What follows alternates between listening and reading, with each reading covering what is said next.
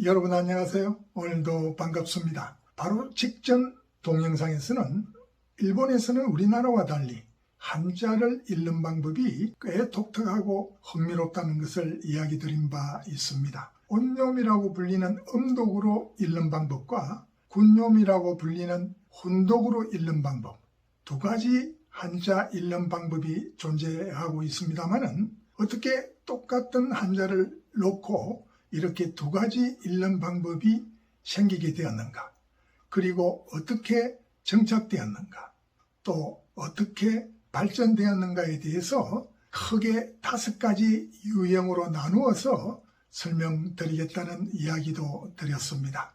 그래서 바로 직전 영상에서는 그 5가지 유형 중에서 첫 번째, 두 번째, 세 번째, 3가지 유형에 대해서 이야기를 드렸습니다. 첫 번째 유형은 한 가지 한자에 대해서 한 가지 음독과 한 가지 훈독이 존재하는 경우에 그런 유형의 한자들을 소개시켜 드렸고요. 두 번째 유형에서는 오로지 음독만 존재하는 경우, 그리고 세 번째 유형에서는 오로지 훈독만 존재하는 한자에 대해서 이야기를 드렸습니다.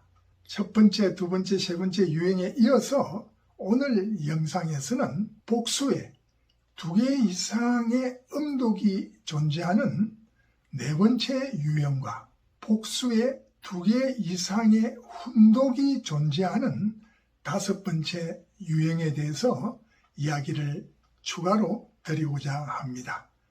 자, 먼저 네 번째 유형의 한자들입니다. 복수의, 즉 2개 이상의 음독을 가진 한자들입니다. 왜 2개 이상의 음독을 가진 한자가 생기게 되었느냐? 그것은 바로 중국의 정치적, 시대적 배경 때문이었습니다. 아시다시피 중국은 오랜 역사를 통해서 많은 왕조들이 바뀌었습니다.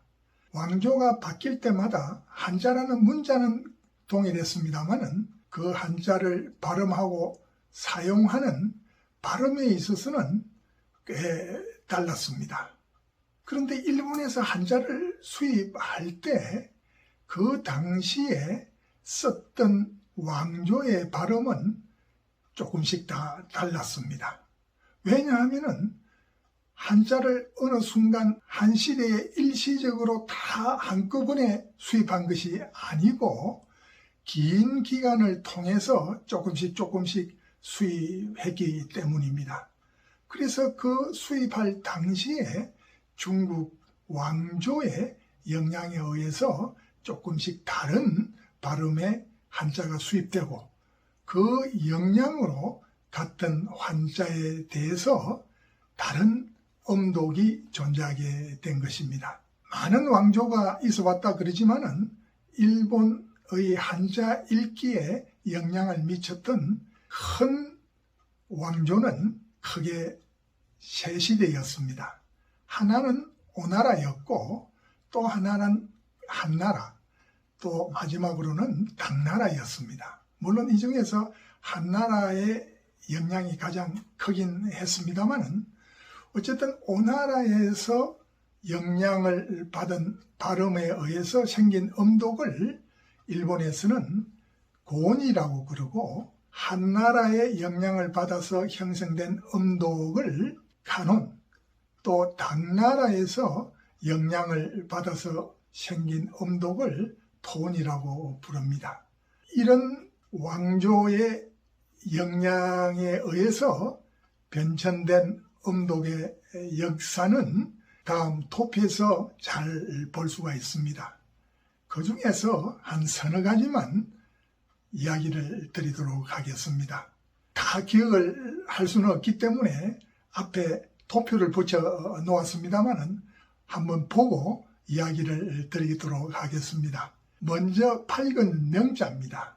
이게 오나라 발음, 고온으로는 묘가 되고 한나라 음독으로는 메이, 또 당나라식 음독으로는 민이 되었습니다. 그 다음에 수도 경자죠. 역시 오나라식 발음으로는 교, 한나라식 발음으로는 게이, 그리고 당나라식 발음으로는 긴이 되었습니다. 갈행자죠. 오나라식 발음은 교, 한나라식 발음은 고, 그리고 당나라식 발음은 안이 되었습니다. 자, 어떻습니까? 꽤 다르면서 또 한편으로는 역사적 의미를 새겨보면은 꽤 흥미로운 느낌을 가지지 않을 수가 없을 것입니다. 그 다음 5번째, 마지막 유형으로는 2개 이상의 훈독을 가지는 경우입니다. 이런 경우도 상당히 독특합니다. 이것은 일본이 한자를 받아들이면서 자기들 언어 체계에 정착을 시킬 때 자기들 나름대로 독창적으로 이 한자를 활용하는 방법을 만들어낸 결과물입니다. 예를 들어서 위상자를 한번 들어볼까요? 위상자의 경우에 훈독으로 읽을 때는 그냥 우에라고 읽습니다. 그런데 일본에서는 위라는 뜻의 상자를 그 개념을 이용해서 활용도를 높이겠다는 생각을 했습니다. 무슨 뜻이냐 하면은 상자는 그야말로 위, 오르다는 뜻을 가지고 있기 때문에 올리다, 오르다 이런 고유의 말에도 한자를 섞어서 쓰겠다. 이런 발상을 하게 된 거죠. 상당히 독특합니다. 그래서 앙에루, 올리다 또는 앙아루, 오르다에도 한자를 넣어서, 위상자를 넣어서 말이죠. 그렇게 단어를 써서 표현하게 된 것입니다. 역시 높은 곳으로 오르는 노보루 같은 경우도 발음 자체는 우에라는 위상자와 아무 관계가 없지만 그 개념 자체가 오르다는 뜻이기 때문에 위상자를 넣어서 표현하게 된 것입니다. 아래를 뜻하는 아래 하자도 마찬가지입니다. 똑같은 개념입니다. 그냥 한자만 놓고 훈독으로 부르면 시다가 됩니다만은 역시 내려간다는 뜻이기 때문에 그 개념을 가진 단어에서도 아래 하자라는 한자를 넣고 표현한 것입니다. 그래서 사계루, 상하루 이런 단어들의 아래 하자라는 한자가 섞여 있는 것입니다. 어떻습니까? 굉장히 흥미롭죠? 자, 지금까지 일본에서의 독특한 한자 읽는 법, 음독과 훈독에 대해서 이야기를 드렸습니다. 흥미로울 뿐 아니고 여러분들이 일본에 대한 이해에도 큰 도움이 되었으리라 믿습니다. 자, 지금까지 끝까지 시청해 주셔서 큰 감사를 드리고 구독을 통해서 앞으로도 이런저런 흥미로운 이야기들을 함께 나눌 수 있는 기회를 갖기를 기대합니다. 감사합니다.